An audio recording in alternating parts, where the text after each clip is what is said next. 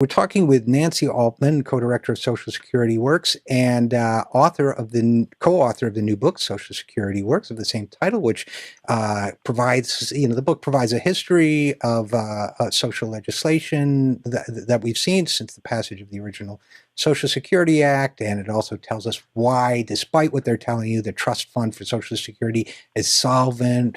Tells us all the things conservatives and moneyed interests have done to try to derail the program, why it hasn't worked. But okay, so let's talk in the last couple of minutes about, well, a little more than that, but what would you say is the underlying message of the book, and how has that shifted or been reinforced by this last election?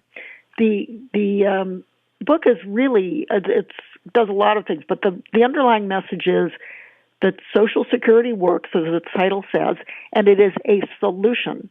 It's a solution to, as I say, our looming retirement income crisis. It's a solution to the millions and millions of seniors who are barely getting by today. It is a solution to the squeeze on middle-class families and the price that caregivers, the stress that caregivers go under, and the financial price they pay for doing the right thing.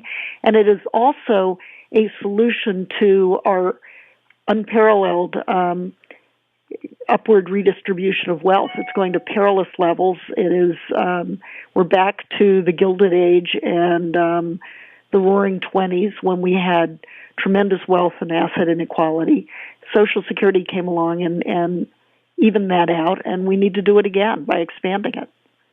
So we've had a lot of ideas, different ways to expand it, and basically, again, Nancy Altman, just to reinforce, for people who aren't as familiar with the issue as you or I, we used to talk about the three-legged stool of retirement: pensions, savings, and Social Security. They're trying to cut Social Security. The corporate pension programs have been slashed to utterly inadequate 401k type programs that get you nothing like the pensions people used to enjoy in previous generations, or I shouldn't use the word enjoy, live on in previous generations. And of course, asset wealth, as we recently learned as economists, a new study showed just in the last couple of weeks, all the gains that the bottom 90% of the American economy made since 1940 in wealth have now been utterly wiped out. So basically, that's the retirement crisis. People have, you got a three-legged stool with one leg left, and now they're trying to saw that off. So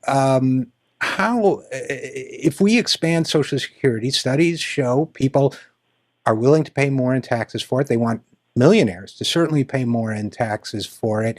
What's the agenda going forward? I mean, do people need to march in the streets? Do they need to re-examine their values? Do they need to challenge their elected representatives? All of the above? What's the deal? I think there are a number of factors. One is that education is a very important part of this. The American people are overwhelmingly supportive of Social Security, but they have, for not surprisingly, bought the lie that it won't be there in the future. That is something that this bill, and we talk about this billionaire-funded 3-decade-long campaign hasn't been successful at cutting Social Security, but it sure has been successful at undermining people's confidence in the future of the program. So part of it is for people, and there's, the book is one way to educate people. Your show is one way to educate people. There are lots of information on the website, on websites to educate people.